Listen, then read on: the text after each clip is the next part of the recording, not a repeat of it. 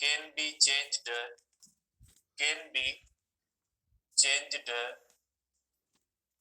by changing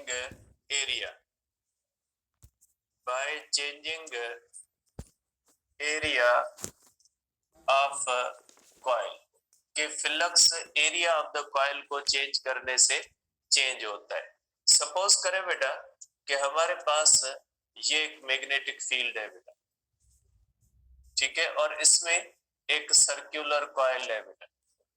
इस तरह से एक सर्कुलर कॉइल है, वो इसके अंदर हम रखते हैं बेटा, ठीक है। इस तरह से एक हमारे पास सर्कुलर कॉइल है बेटा, ये हमारे पास एक सर्कुलर कॉइल है बेटा, ठीक है। इसमें ये फ्लक्स गुजर रहा है बेटा। अब अगर इस सर्कुलर कॉइल को इस तरह से स्ट्रेच करें बेटा, इस तरह से हम स्ट्रेच करें, इस कॉइल को स्ट्रेच करें या इसको इस तरह से कंप्रेस करें बेटा, तो इसका असर क्या होगा इसके ऊपर आप देख ले बेटा। ये इस तरह से होती है बेटा मैग्नेटिक फील्ड।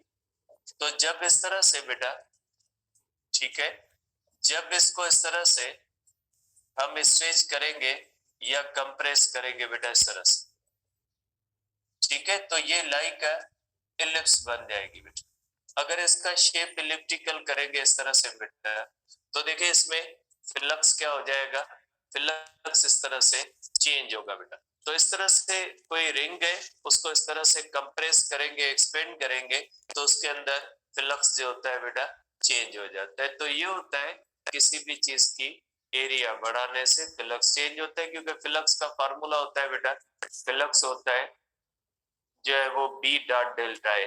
एरिया चेंज हो जाएगी तो फ्लक्स चेंज हो जाएगा बेटा, ठीक है। तो अब हम डिस्कस करते हैं बेटा जो हमारा नेक्स्ट टॉपिक है, म्यूचुअल इंडक्शन बेटा। म्यूचुअल इंडक्शन बेटा, ठीक है। म्यूचुअल इंडक्शन क्या होती है या म्यूचुअल इंडक्शन किसको कहा जाता है बेटा। अब इसमें पहले आपको पता होना चाहिए बेटा कि एसी क्या होता है बेटा, जिसको हम कहते हैं अल्टरनेटिंग करंट बेटा। ये अल्टरनेटिंग करंट क्या होता है पहले इसके बारे में समझ लें बेटा, उसके बाद हम करते हैं म्यूचुअल इंडक्शन बेटा। अल्टरनेटिंग करंट, ठीक है बेटा। अल्टरनेटिंग करंट या एसी जिसको हम कहते हैं, इसका मतलब क्या होता है बेटा। आप इसके बारे में कहोगे कि AC is not steady current बेटा। स्टेडी करंट का मकसद है जिसका फ्लो एक जैसा हो बेटा, जो इस तरह से फ्लो करे, न इंक्रीज हो न डिक्रीज हो, तो ऐसे करंट को हम स्टेडी करंट कहते हैं बेटा। अब दूसरा करंट होता है पल्सेटिंग करंट बेटा। एसी इज पल्सेटिंग करंट बेटा, पल्सेटिंग करंट होता है। एसी क्या होता है बेटा, पल्सेटिंग करंट होता है। एसी बेटा पल्सेटिंग करंट होता है, और एसी जो होता है बेटा frequency of AC, frequency of AC in Pakistan is 50 to 60 hertz बेटा, ठीक है। एसी चेंजेस इट्स पोलरिटी बेटा कंटिन्यूअसली बेटा, कंटिन्यूअसली बेटा ये पोलरिटी चेंज करता है। अब इस एसी को समझे, ये एसी होता क्या है बेटा। सपोज करें बेटा कि हमारे पास ये एक रेजिस्टर है बेटा, ठीक है। मैं एक रेजिस्टर बनाता हूं बेटा यहाँ पे, कि हमारे पास ये एक रेजिस्टर है बेटा। रेजिस्टर को हम कनेक्ट करते हैं बेटा किसी भी एसी सोर्स से बेटा, कि हम इसको एसी करंट के साथ जोड़ते हैं बेटा। पहले एसी करंट समझे तो इंडक्शन समझना आसान होगा। सपोज करें बेटा हमने इसको रेजिस्टर को कनेक्ट कर दिया बेटा एसी सोर्स से। बेटा ये एसी जो होता है इसका ग्राफ लाइक वेव बनता है, इसलिए हम इसकी सिंबल भी इस तरह से लिखते हैं बेटा।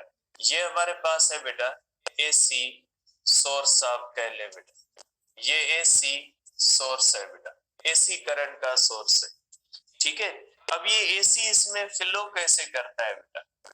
ठीक है, एसी क्या करता है बेटा, पहले एक डायरेक्शन में फ्लो करता है इस तरह से। ठीक है, इस तरह से आप इसको कर सकते हैं बेटा कि इसका फ्लो जो होता है वो एक डायरेक्शन में होता है। इसकी ये साइड आप समझे पॉजिटिव बनती है और ये साइड जो होती है नेगेटिव बनती है।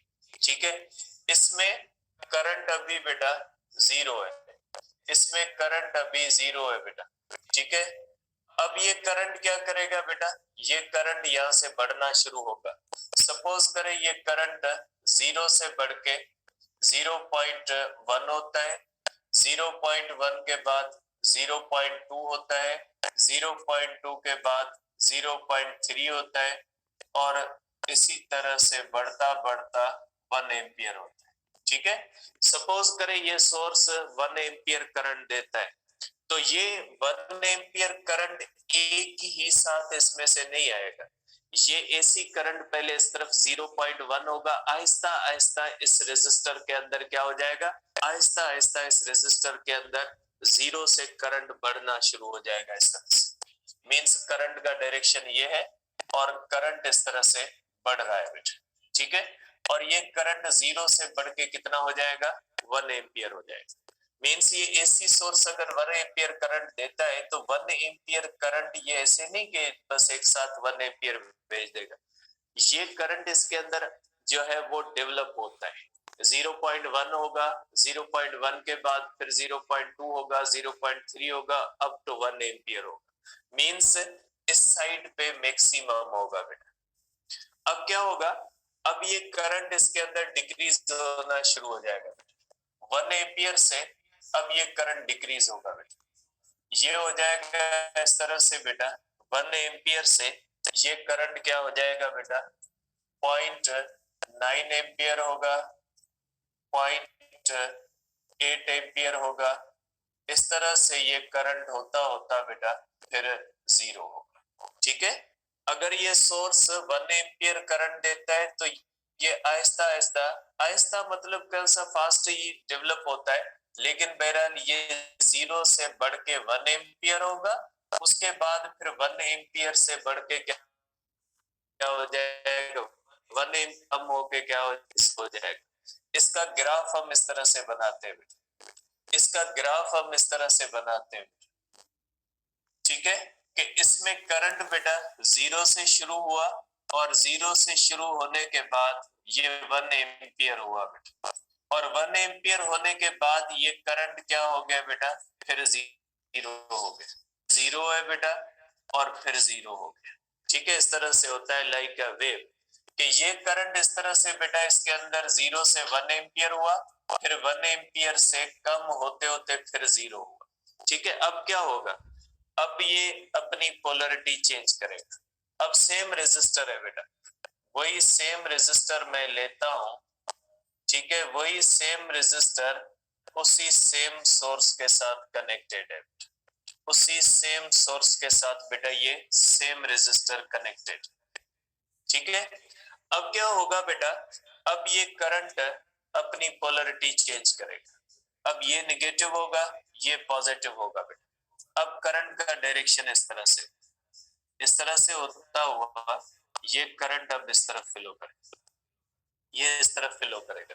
सेम बिहेवियर बेटा इसके अंदर भी क्या होगा, सेम बिहेवियर होगा कि करंट बेटा जीरो से बढ़ के 0.1 हुआ, 0.1 से बढ़ के 0.2 होगा और 0.2 से बढ़ के इस तरह से 1 एम्पियर होगा बेटा। अब क्या होगा बेटा, अब ये इस तरह से 1 एम्पियर हुआ, मैक्सिमम करंट हुआ बेटा। ठीक है, अब ये 1 एम्पियर से कम होगा बेटा, 1 एम्पियर से 0.9 होगा, 0.9 से 0.8 होगा और इस तरह से आहिस्ता आहिस्ता फिर जीरो हो जाएगा बेटा। आप इसको इस तरह से बेटा देखें, पहले इस तरह से अब क्या हो गया है इस तरह से, तो आप इसको इस तरह से लेंगे बेटा कि इस तरह से आप इसको -1 कर दे और फिर ये वापस क्या हो जाएगा 0 हो जाएगा।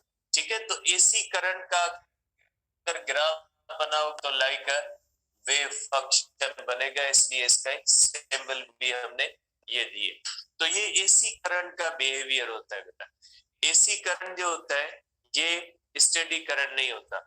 अगर ये सोर्स ऑफ करंट 1 एम्पियर देता है तो पहले 0 से बढ़ के 1 एम्पियर होगा, 1 एम्पियर से कम होके फिर 0 होगा, फिर दूसरी साइड पे 0 से बढ़ के 1 एम्पियर होगा, फिर 1 एम्पियर से कम होके 0 हो जाएगा। तो बेटा ये करंट इस तरह से फ्लो करता है। आप इसको इस तरह देख सकते हैं कि ये करंट इस तरह गया, वापस आया, इस तरह से गया, इसमें इस तरह से करंट जो होता है पल्सेशंस खाता है इसके अंदर, इसको हम कहते हैं पल्सेटिंग करंट। झटके खाता है करंट, तो ये पल्सेटिंग करंट होता है बेटा। ठीक है, तो ये हो गया हमारे पास बेटा एसी करंट। डीसी करंट क्या होता है बेटा? जो डीसी करंट होता है वो एक स्टेडी करंट होता है। डीसी करंट जो होता है उसका बिहेवियर जो होता है बेटा वो एक ही होता है, वो मैं नेक्स्ट पेज पे बनाता हूं। तो आप ये एसी करंट का बिहेवियर समझ ले कि एसी करंट का बिहेवियर क्या होता है किसी भी सर्किट के अंदर। तो बेटा अगर ये एसी सोर्स है और ये अगर 1 एम्पियर करंट दे सकता है तो ये 1 एम्पियर करंट इस तरह से देगा। पहले इसका ये लेफ्ट पॉजिटिव जो राइट नेगेटिव 0 से बढ़ के 1 एम्पियर होगा, 1 एम्पियर से कम होके फिर 0 होगा। जैसे मैंने लिखा है कि इस रेजिस्टर के अंदर करंट 0 से बढ़ के 1 एम्पियर हुआ, 1 एम्पियर से बढ़ के फिर 0 हुआ। अब क्या होगा? पोलरिटी होगी चेंज बेटा, पोलरिटी चेंज होगी। अब इस साइड पे 0 से बढ़ के 1 एम्पियर होगा, फिर 1 एम्पियर से कम होके क्या हो जाएगा 0। तो इस तरह से ये जो एसी करंट होता है ये अपनी जो होता है बेटा इस तरह से कंटिन्यूअसली पोलरिटी चेंज करता है। और पाकिस्तान में कितनी बार करता है जो है वो 50 to 60 हर्ट्ज। बेटा पाकिस्तान के अंदर जो ये करंट है ये इस तरह से 1 सेकंड में कितनी बार ऐसे करता है? 50 से 60 बार इस तरह से करता है। पाकिस्तान के अंदर एसी की फ्रीक्वेंसी है 50 to 60 हर्ट्ज। इसका मकसद है कि ये पूरा साइकिल हुआ, ये आधा साइकिल हुआ, ये आधा साइकिल, ये पूरा साइकिल बना, तो इसकी फ्रीक्वेंसी 1 हुई। अगर 1 सेकंड में इस तरह से एक बार करेगा तो फ्रीक्वेंसी 1 हर्ट्ज होगी। अगर 1 सेकंड के अंदर 50 बार करेगा तो 50 फ्रीक्वेंसी होगी। और अगर 1 सेकंड में 60 बार करेगा तो इसके अंदर क्या हो जाएगी बेटा 60 हर्ट्ज होगी। तो आप कह सकते हैं बेटा कि AC is not steady current, क्योंकि आप देख सकते हैं कि एसी करंट की वैल्यू एक जैसी नहीं रहती। एसी इज पल्सेटिंग करंट, इसको पल्सेटिंग करंट कहा जाता है बेटा। फ्रीक्वेंसी कितनी होती है 50 to 60 हर्ट्ज पाकिस्तान के अंदर। AC changes it's polarity continuously. बेटा ये इस तरह से अपनी पोलरिटी चेंज करता रहता है। तो ये बिहेवियर है हमारे पास एसी करंट का। ठीक है, अब आ जाते हैं म्यूचुअल इंडक्शन पे कि म्यूचुअल इंडक्शन क्या होती है बेटा। म्यूचुअल इंडक्शन होती बेटा एसी करंट से, या पहले मैं डीसी का बेटा आपको बिहेवियर बता दूं फिर करते हैं म्यूचुअल इंडक्शन। देखिए बेटा डीसी इसको हम कहते हैं डायरेक्ट करंट बेटा, डायरेक्ट करंट। और ये जो डीसी होता है बेटा डीसी में भी स्टेडी और पल्सेटिंग, बेटा दोनों हो सकता है। ठीक है, लेकिन मोस्टली में भी स्टेडी और पल्सेटिंग, मोस्टली स्टेडी बेटा, ज्यादातर स्टेडी ही हम लेते हैं। मोस्टली स्टेडी करंट है बेटा। ठीक है, अब ये हो गया हमारे पास डज नॉट चेंजेस पोलरिटी। बेटा ये अपनी पोलरिटी चेंज नहीं करता, बाकी पल्सेटिंग हो भी सकता है नहीं भी हो सकता। अब इसका बिहेवियर देखें बेटा, अब इसका बिहेवियर क्या होता है बेटा, आप इसका बिहेवियर देख ले। सपोज करें बेटा ये रेजिस्टर है, इस रेजिस्टर के साथ हमने कनेक्ट कर दिया बेटा डीसी सोर्स बेटा। ये जो होता है ये डीसी सोर्स की सिंबल है बेटा, ये जो होती है ये डीसी सोर्स है बेटा।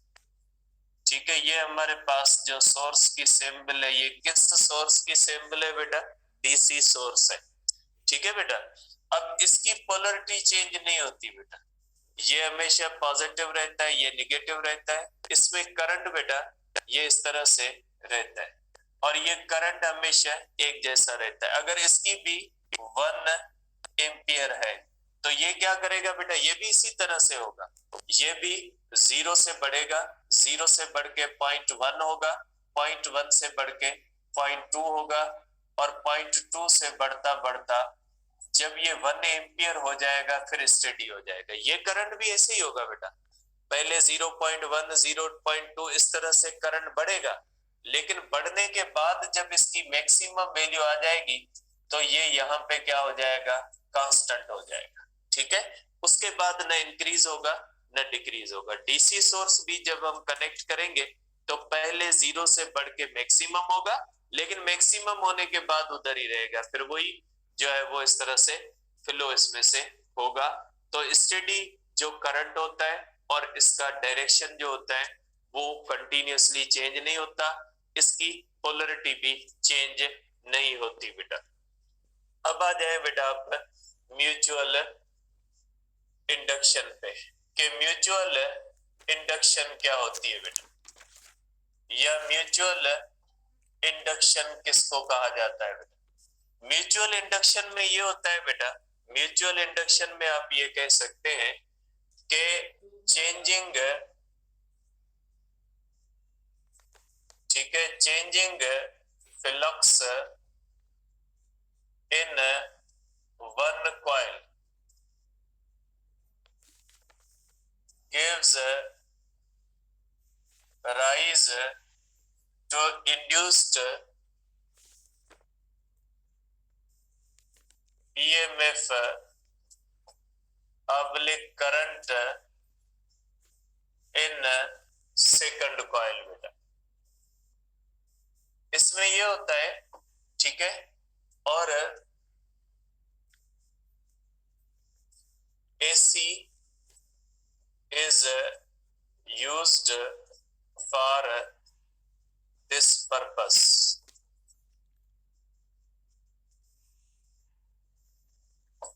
ठीक है, DC cannot be used।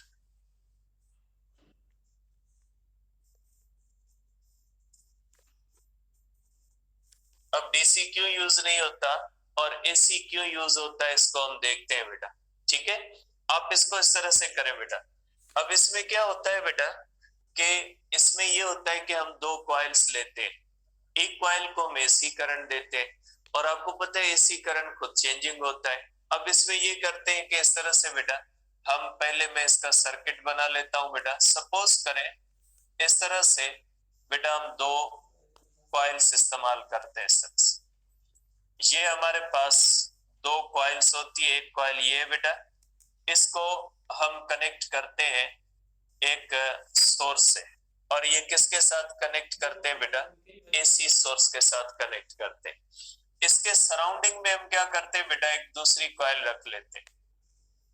ठीक है, ये इस तरह से दूसरी कॉइल रख लेते हैं बेटा। ठीक है, और इसमें हम लेते हैं लोड रेजिस्टेंस बेटा। ठीक है, ये हमारे पास हमने इसके साथ कनेक्ट कर दी लोड रेजिस्टेंस बेटा। ठीक है, एक यहाँ पे हमने कॉइल रखी, एक ये कॉइल, दोनों कॉइल्स को हमने क्या कर दिया? क्लोज रख दिया बेटा। ठीक है, अब इसको हमने दिया AC सोर्स बेटा और इसको हम क्या कहते हैं बेटा? जिसको देते हैं उसको आप कह ले कि ये हमारे पास जो है ये हमारे पास है प्राइमरी कॉइल बेटा, ये हमारे पास है प्राइमरी कॉइल और ये हमारे पास कौन सी हो जाएगी? सेकेंडरी कॉइल होगी बेटा। इसको आप कह लें सेकेंडरी कॉइल बेटा। हम जो इनपुट देते हैं बेटा, इनपुट हम जो देते हैं, इनपुट प्राइमरी कॉइल के अंदर देते हैं बेटा इनपुट में प्राइमरी कॉइल और इनपुट के अंदर हम एसी जो है बेटा देते हैं। और आउटपुट बेटा क्या होता है? आउटपुट ये होता है बेटा, आउटपुट हमारे पास बेटा जो होता है वो सेकेंडरी कॉइल के अंदर होता है बेटा, ठीक है। और ये भी जो होता है बेटा एसी होता है। अब इसको can be converted into DC बेटा, कैन बी कन्वर्टेड, ठीक है, can be converted into DC बेटा। इसको एसी को कन्वर्ट कर सकते हैं डीसी में बेटा। अब प्रोसेस होता कैसे बेटा? सपोज करें कि ये एसी 1 एम्पियर करंट दे सकता है, ठीक है बेटा। ये एसी अगर 1 एम्पियर करंट देगा, सपोज करें ये इसका पॉजिटिव बना और ये इसका नेगेटिव बना, तो बेटा इसमें करंट क्या होगा? करंट का डायरेक्शन ये होगा और इसमें करंट बेटा इस तरह से फ्लो करेगा और ये करंट इस तरह से आएगा, ठीक है। अब आपको पता है एसी करंट क्या होता है बेटा? एसी करंट इस तरह से होता है, 0.1 होगा, 0.1 से बढ़ के 0.2 होगा और इस तरह से बढ़ते बढ़ते क्या हो जाएगा? 1 एम्पियर होगा बेटा, क्योंकि बढ़ेगा 0.1 होगा, 0.2 होगा, 0.3 होगा, इसमें करंट बढ़ना शुरू हो जाएगा। अब बेटा अगर इसमें करंट बढ़ना शुरू हो जाएगा तो ये कॉइल खुद मैग्नेट बनेगी बेटा, ठीक है। ये कॉइल क्या बनेगी बेटा? मैग्नेट बनेगी, क्योंकि इसमें बेटा ये करंट आ रहा है और इसमें करंट ये बढ़ रहा है बेटा। अगर इसमें ये करंट बढ़ेगा तो इसकी मैग्नेटिक फील्ड क्या हो जाएगी? मैग्नेटिक फील्ड इसकी इंक्रीज होगी इस तरह से। तो इसकी मैग्नेटिक फील्ड बेटा इंक्रीज होगी और ये मैग्नेटिक फील्ड किसके अंदर जाके गुजरेगी? ये जाके गुजरेगी बेटा सेकेंडरी के अंदर। प्राइमरी की मैग्नेटिक फील्ड किसके अंदर जाके गुजरेगी बेटा? सेकेंडरी के अंदर गुजरेगी, ठीक है। हम देख किसको रहे हैं बेटा? प्राइमरी को। और प्राइमरी के अंदर करंट क्या हो रहा है? इंक्रीज हो रहा है, तो प्राइमरी की मैग्नेटिक फील्ड क्या हो जाएगी? इंक्रीज होगी। इसका मकसद है प्राइमरी कॉइल की जो मैग्नेटिक फील्ड होगी ये सेकेंडरी में जाएगी और जैसे जैसे प्राइमरी कॉइल की मैग्नेटिक फील्ड सेकेंडरी में जाएगी तो सेकेंडरी के अंदर मैग्नेटिक फील्ड बढ़ना शुरू हो जाएगी। और सेकेंडरी के अंदर जो मैग्नेटिक फील्ड बढ़ेगी तो हम कहेंगे सेकेंडरी के अंदर जो फ्लक्स हो रहा है वो बढ़ रहा है। अब ये फ्लक्स है किसका? ये फ्लक्स प्राइमरी का है। ये किसके अंदर पहुंच रहा है? सेकेंडरी में, क्योंकि सेकेंडरी इसके साइड में पड़ी है। इसलिए ये होता है कि जब हम प्राइमरी कॉइल को इस तरह से एसी करंट देते हैं तो ये एसी करंट जो होता है वो इसके अंदर इंक्रीज होता है और एसी करंट इसके अंदर इंक्रीज होता है तो इसकी मैग्नेटिक फील्ड इंक्रीज होती है और ये मैग्नेटिक फील्ड किसके अंदर चेंज होती है? सेकेंडरी के अंदर चेंज होती है, जिसको हम कहते हैं कि सेकेंडरी के अंदर फ्लक्स इंक्रीज हो रहा है।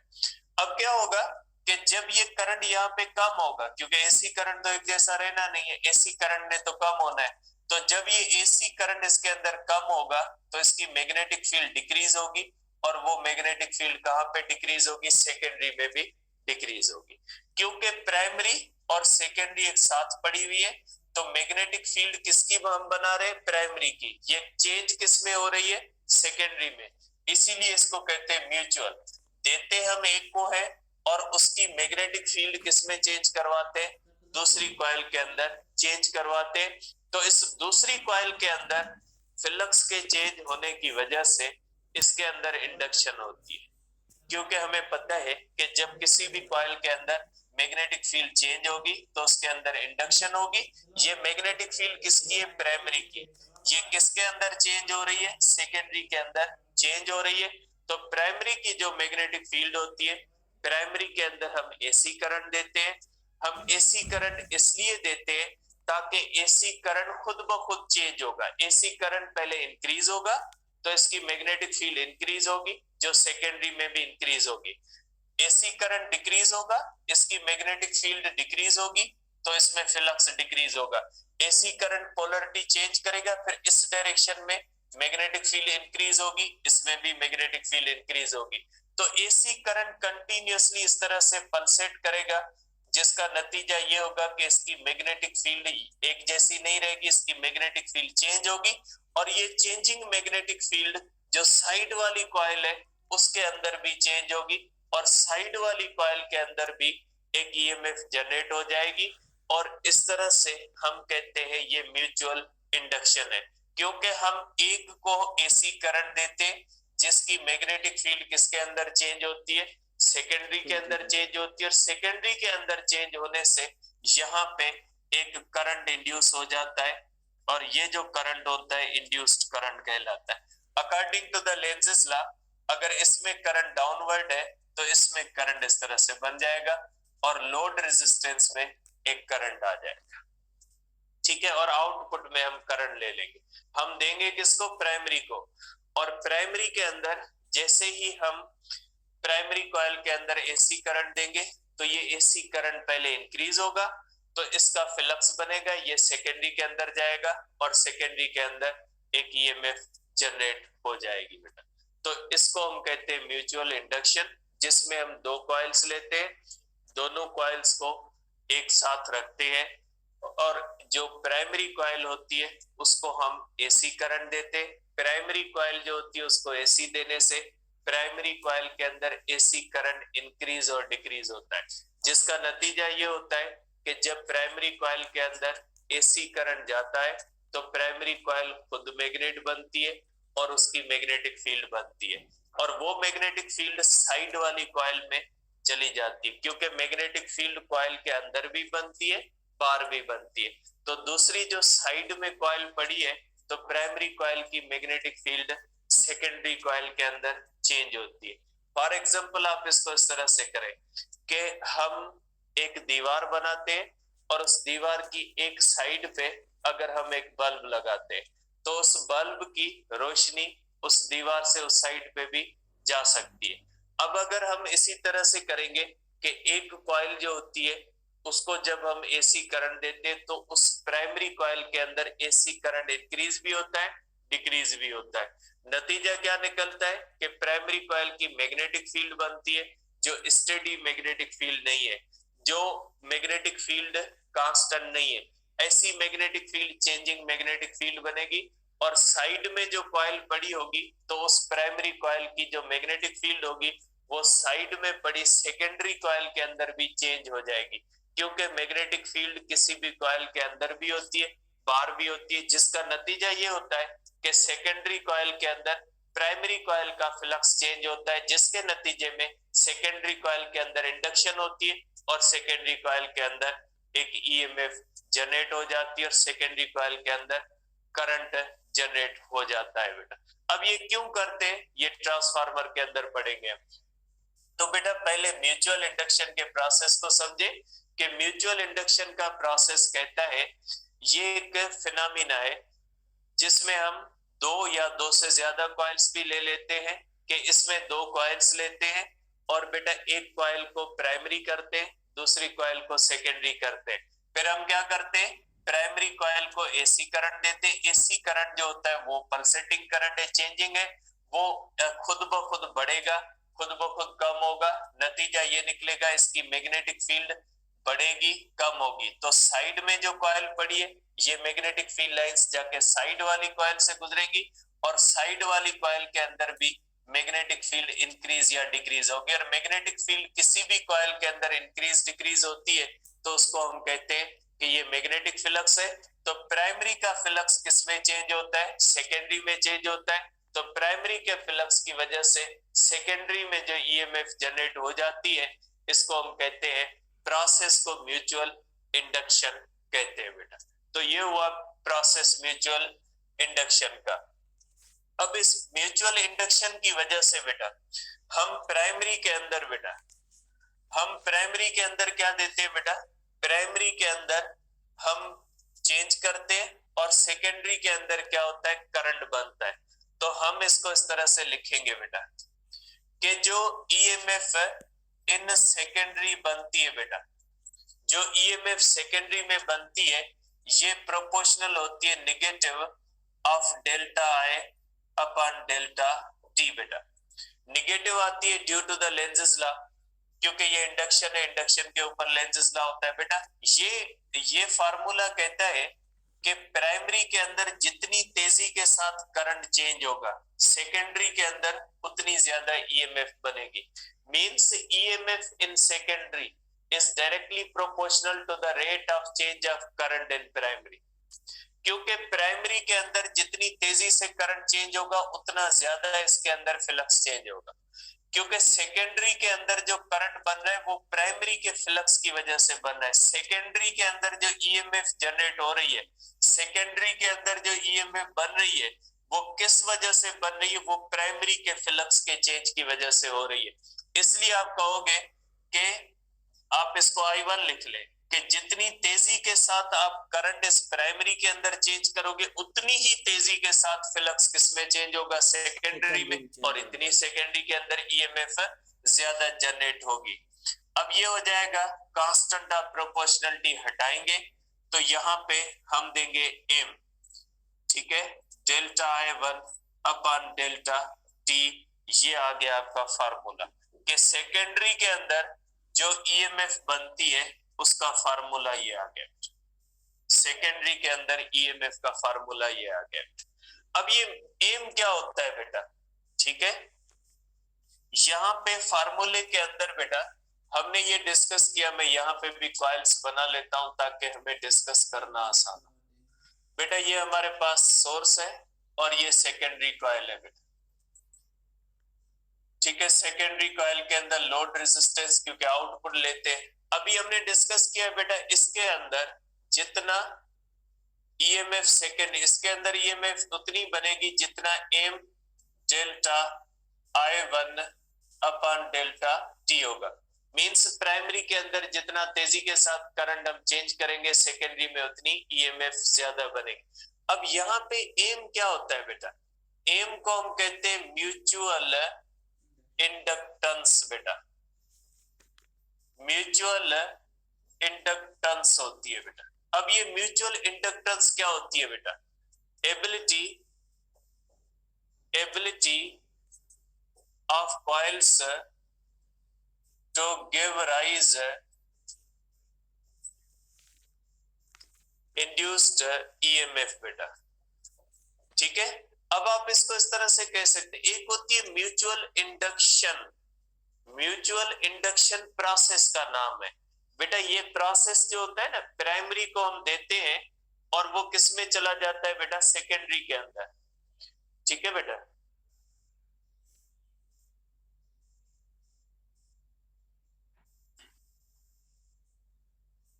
बेटा आप इसको देख सकते हैं कि प्राइमरी के अंदर जब हम फ्लक्स चेंज करवाते हैं उसकी वजह से सेकेंडरी के अंदर ये मेजर, इस प्रोसेस को कहा जाता है म्यूचुअल इंडक्शन। अब बेटा हर चीज की अपनी एबिलिटी होती है।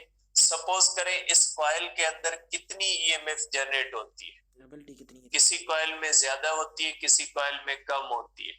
तो बेटा ये जो कॉइल्स की एबिलिटी होती है कि ये म्यूचुअल इंडक्शन के नतीजे में जो इंड्यूस्ड ईएमएफ बनाती है वो कम बनाएंगी या ज्यादा बनाएंगी। कुछ कॉइल्स ऐसी होती हैं जिनके अंदर म्यूचुअल इंडक्शन के नतीजे में जो इंड्यूस्ड ईएमएफ या इंड्यूस्ड करंट होता है वो ज्यादा बनता है। कुछ कॉइल्स ऐसी होती हैं जिनके अंदर म्यूचुअल इंडक्शन के नतीजे में इंड्यूस्ड ईएमएफ या इंड्यूस्ड करंट कम बनता है। तो कॉइल्स के अंदर जो ये म्यूचुअल इंडक्शन होती है इसके नतीजे में जो सेकेंडरी के अंदर ईएमएफ बनेगी वो ज्यादा बनेगी या कम बनेगी, वो म्यूचुअल इंडक्टेंस कहलाती है। मींस डिफरेंट कॉइल्स की डिफरेंट प्रॉपर्टीज होती हैं। अगर दो कॉइल्स आपस में मिला के रखोगे, छोटी कॉइल्स होंगी, नंबर ऑफ टर्न्स कम होंगे, एरिया कम होगी, तो उनके अंदर बेटा म्यूचुअल इंडक्टेंस कम होगी। आप प्राइमरी को तो दोगे लेकिन सेकेंडरी के अंदर आपको कम मिलेगा। जैसे आप मोबाइल चार्जर देखें, मोबाइल चार्जर के अंदर आपको कम मिलता है, जबकि जो गली के अंदर ट्रांसफार्मर लगा होता है इसके अंदर भी म्यूचुअल इंडक्शन होती है। ट्रांसफार्मर जो होता है इसमें जो वापडा वालों का इसमें इंडक्शन, इसमें ज्यादा इंडक्शन होती है, जबकि एज कंपेयर टू ये जो हमारा मोबाइल चार्जर होता है इसके अंदर कम इंडक्शन होती है।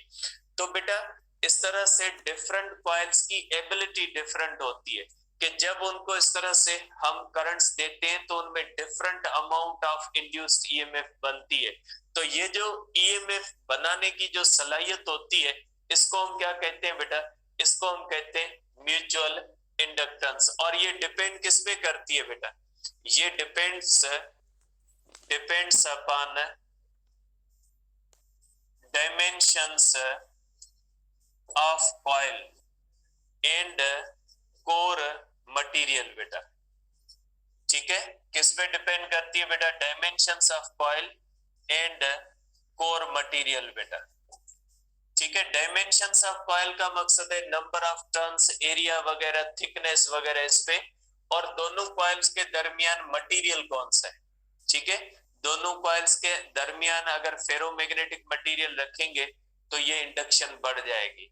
तो डिफरेंट मटेरियल से इंडक्शन डिफरेंट होती है।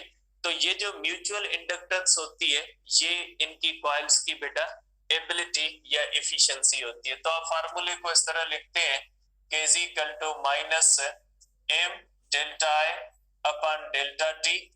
अब आप म्यूचुअल इंडक्टेंस को कर सकते हैं delta T upon delta I. अब इसका यूनिट कौन सा हो जाएगा बेटा? ये म्यूचुअल इंडक्टेंस बेटा पॉजिटिव होती है, इसमें नेगेटिव नहीं लिखेंगे। इसके अंदर ये होगा बेटा, यूनिट हो जाएगा वोल्ट सेकंड। ठीक है बेटा, वोल्ट सेकंड पर एम्पियर बेटा। इसको हम कहते हैं हेनरी बेटा, इसको हम कहते हैं हेनरी, और इसकी सिंबल हम लेते हैं एच बेटा। ठीक है, तो इसका यूनिट जो होता है बेटा वोल्ट सेकंड पर एम्पियर है, जिसको हम कहते हैं हेनरी बेटा। और 1 हेनरी किसके बराबर होता है बेटा? 1 henry is equal to 1 volt, ठीक है बेटा, पर 1 वोल्ट पर 1 एम्पियर पर सेकंड बेटा।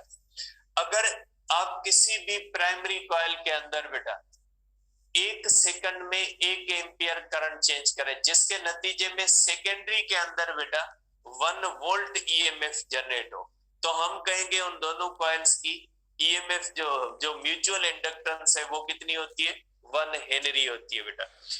आप इसको एक बार फिर समझे बेटा, अगर प्राइमरी और सेकेंडरी कॉइल हम रखते हैं, प्राइमरी कॉइल के अंदर 1 सेकंड में अगर 1 एम्पियर करंट चेंज होता है, जिसके नतीजे में सेकेंडरी कॉइल के अंदर 1 वोल्ट ईएमएफ इंड्यूस होती है, तो हम कहेंगे कि दोनों कॉइल्स की जो म्यूचुअल इंडक्टेंस है वो 1 हेनरी है। मींस 1 हेनरी म्यूचुअल इंडक्टेंस का मकसद है प्राइमरी कॉइल के अंदर 1 एम्पियर पर सेकंड अगर करंट चेंज हो, जिसके नतीजे में सेकेंडरी के अंदर अगर 1 वोल्ट ईएमएफ इंड्यूस हो, तो उसको हम कहेंगे कि इंडक्टेंस जो होती है बेटा वो 1 हेनरी होती है। अब इस फार्मूले को इस तरह भी लिख सकते हैं, EMF in secondary is equal to minus M delta I upon delta T. ये फार्मूला हमें देता है, ये अभी हमने किया है। और बेटा फेराडेज लॉ कहता है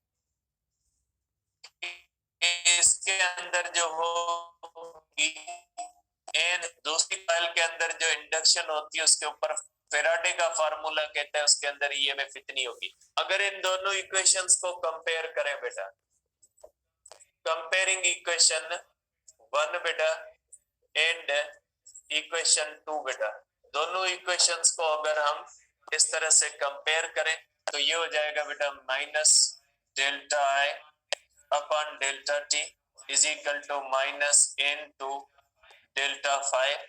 ठीक है बेटा, अपॉन डेल्टा टी, ये कैंसिल हो जाएगा बेटा माइनस माइनस में, तो ये होगा M delta I is equal to N two delta five. ये फार्मूला भी आ सकता है। ठीक है, तो ये हो गई हमारे पास बेटा म्यूचुअल इंडक्शन या म्यूचुअल इंडक्टेंस किसको कहा जाता है। बेटा बुक से हम देख लेते हैं कि पंजाब का बुक इसके बारे में क्या कहता है। देखिए बेटा, ये हमारे पास है म्यूचुअल इंडक्शन बेटा। अब हम इसको देखते हैं कि बुक इसके बारे में क्या कहता है म्यूचुअल इंडक्शन के बारे में बेटा। देखिए बेटा, consider 2 coils placed close to each other. देखिए आप बेटा देख सकते हैं कि इसके अंदर बेटा ये एक रियोस्टेट दी गई है। रियोस्टेट बेटा इसलिए दी गई है ताकि करंट को चेंज किया जा सके बेटा। One coil connected with a battery through switch. बेटा ये स्विच होता है, इस स्विच के थ्रू इस कॉइल के साथ एक बैटरी है, इसमें बेटा रियोस्टेट लगाते हैं। रियोस्टेट बेटा जो होती है ये एक वेरिएबल रेजिस्टर है बेटा, ये वेरिएबल रेजिस्टर है, ठीक है।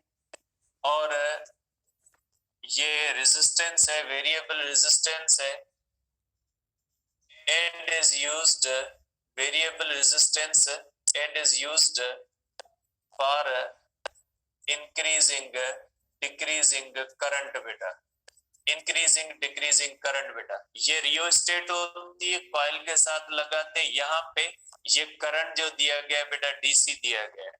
अब डीसी करंट देके हम इसको क्या करते हैं, रियोस्टेट लगाते हैं। रियोस्टेट डीसी करंट को क्या करती है, कम ज्यादा करेगी तो फ्लक्स चेंज होगा। लेकिन अगर DC current direct steady current होता है और इसका फ्लक्स में कांस्टेंट होगा, ठीक है। अगर डीसी करंट आप प्राइमरी कॉइल को दोगे ना इस तरह से बेटा, अगर आपने ये प्राइमरी कॉइल बनाई और प्राइमरी कॉइल को आपने दे दिया डीसी, तो बेटा डीसी करंट क्या होता है, डीसी करंट तो स्टेडी करंट होता है। अब ये जब इसमें फ्लक्स तो जाएगा लेकिन ये फ्लक्स चेंज नहीं होगा, फ्लक्स चेंज नहीं होगा तो इसमें ईएमएफ इंड्यूस नहीं होगी। यहाँ पे देखें डीसी के साथ रियोस्टेट लगाई गई, रियोस्टेट से आप क्या करोगे, करंट को इंक्रीज डिक्रीज करोगे। तो अगर आप डीसी करंट इस्तेमाल करते हैं तो रियोस्टेट लगानी होगी और रियोस्टेट से आपको उसको रेजिस्टेंस को कम ज्यादा करना पड़ेगा। लेकिन अगर आप यहाँ पे इसकी जगह पे अगर एसी दे दोगे तो आपको रियोस्टेट की जरूरत नहीं है, एसी करंट खुद अपना काम करता रहेगा बेटा, ठीक है। तो ये होता है इस तरह से, क्योंकि आपके बुक के अंदर रियोस्टेट दी गई, रियोस्टेट इसलिए दी गई है ताकि डीसी करंट जो यहाँ पे जाता है उसको चेंज किया जा सके बेटा। तो बेटा देखिए ये प्राइमरी कॉइल है और ये कौन सी है, सेकेंडरी है। Consider two coils placed close to each other, one coil connected with a battery through a switch and a rheostat called the primary। बेटा ये हमारे पास प्राइमरी और रियोस्टेट की मैंने डेफिनेशन लिख दी है। and the other one connected to the galvanometer is called the secondary। बेटा ये सेकेंडरी है, हम देंगे प्राइमरी में, लेंगे हम सेकेंडरी में बेटा। if the current in the primary is changed, बेटा यहाँ पे करंट चेंज किया जाता है by varying the resistance of the rheostat. बेटा रियोस्टेट की रेजिस्टेंस को चेंज करके हम यहाँ पे करंट चेंज करेंगे, क्योंकि इंडक्शन हमेशा चेंजिंग करंट से होती है। अगर आप डीसी दोगे तो डीसी के लिए रियोस्टेट जरूरी है जो डीसी को चेंज करे, लेकिन अगर आप एसी दोगे तो आपको कोई रियोस्टेट की जरूरत ही नहीं, एसी खुद, और मोस्टली एसी होता है। यहाँ पे पता नहीं क्यों इन्होंने डीसी देके कंफ्यूज किया है लोगों को, खामखा डीसी से इंडक्शन नहीं होती। अब रियोस्टेट लगाओ बैठ के, कोई बंदा इधर उधर करे, इससे बेहतर है ना वो एसी दे दे, आप एसी खुद ब खुद चेंज होता है। तो यहाँ पे कंफ्यूज पता नहीं क्यों किया इन्होंने, रियोस्टेट दे दिए। The magnetic flux in the surrounding reason, इसमें जब आप करंट चेंज करोगे तो मैग्नेटिक फील्ड सराउंडिंग रीजन में होती है। और एक बात याद रखिएगा कि ये जो म्यूचुअल इंडक्शन होती डीसी से नहीं होती जब तक आप इसको रियोस्टेट नहीं लगाओ, ठीक है बेटा। अब इसके अंदर ये होता है, हमारे पास बेटा दूसरा पेज है, इसका दूसरा पेज होता है बेटा ये, ठीक है। कि आप क्या करते हैं इसके अंदर बेटा, कि ये आपके पास बुक होगी बेटा, आप अपने पास बुक रखिएगा, या मैं इसका हाफ पेज लगाता हूँ, बुक रखिएगा, इसका हाफ पेज लगाते हैं, हाफ पेज को फिर नेक्स्ट पे रीडिंग करते हैं।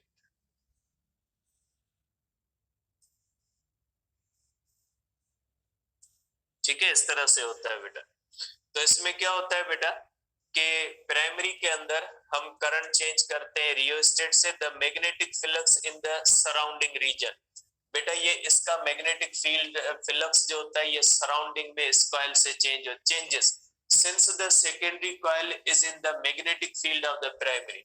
बेटा ये सेकेंडरी कॉइल किसके मैग्नेटिक फील्ड के अंदर है, सेकेंडरी के।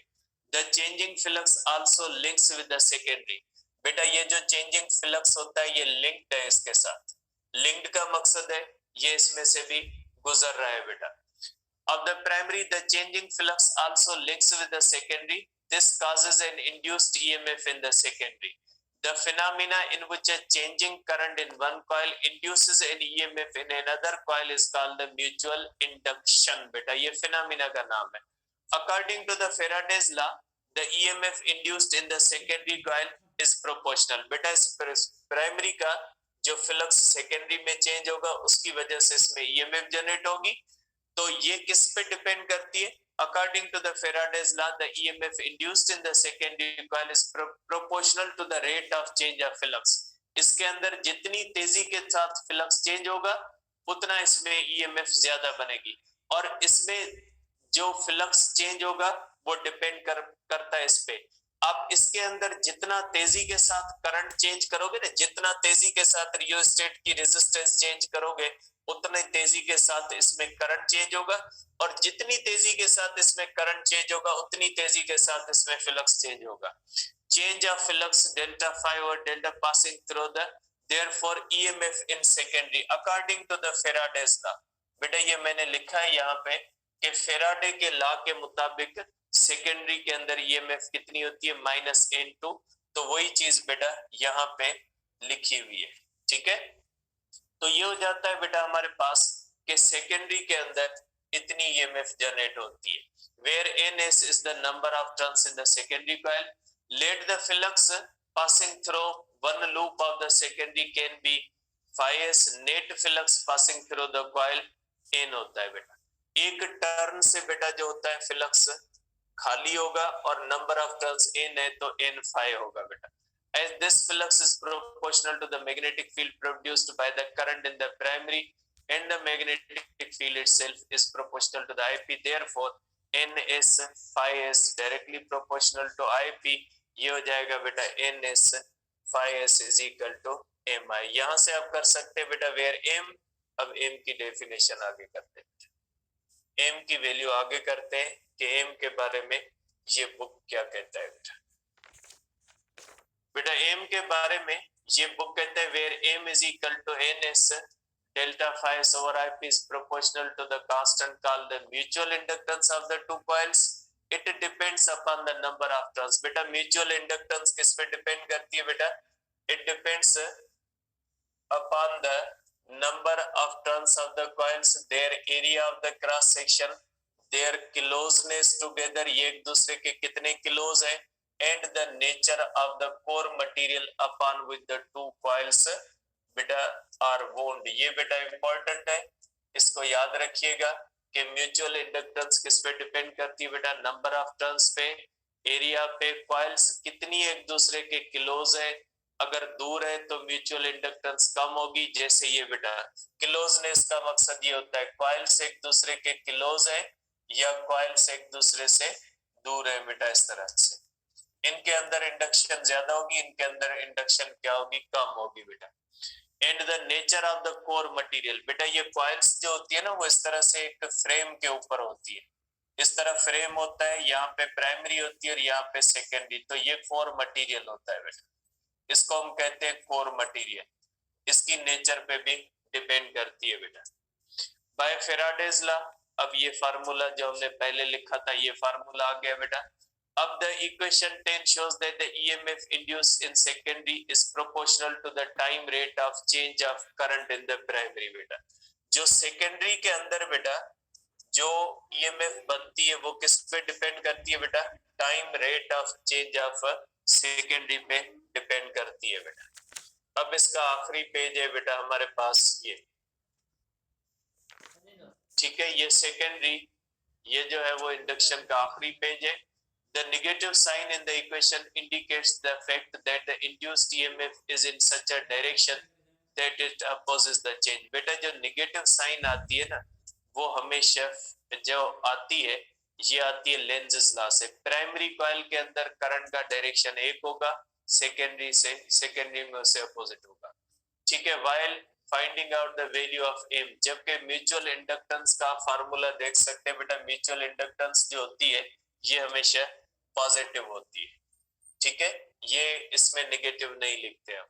Thus, M may be defined as the ratio of the average EMF induced in the secondary to the time rate of change of in the primary. The SI unit for the mutual inductance M is volt second per ampere, which is called as Henry, H after Joseph Henry. 1 Henry is the mutual inductance of the pair of coils in which the rate of change of current of 1 ampere per second in the primary causes an induced EMF of 1 volt in the secondary के primary के अंदर अगर 1 ampere per second change होता है, secondary के अंदर 1 volt induce होता है, तो इसको हम कहते हैं बेटा कि इसकी म्यूचुअल इंडक्टेंस 1 हेनरी है। ये बेहतर लिखा हुआ है सिंध के अंदर एज कंपेयर टू पंजाब। अगर आप सिंध से पढ़ेंगे तो ज्यादा आपको इसमें समझ में आएगा। इसमें पंजाब के अंदर और केपी के अंदर ये चीजें लिखी हुई है, उनके अंदर कोई भी कॉन्टेक्ट नहीं है, ऐसे टूटी फूटी चीजें लिखी हुई है जैसे किसी को कॉपी पेस्ट किया गया हो इस बुक के अंदर। तो मुझे नहीं लगता कि इसमें ज्यादा मुनासिब रहेगा, सिंध के अंदर ज्यादा बेहतर लिखा हुआ है ये टॉपिक।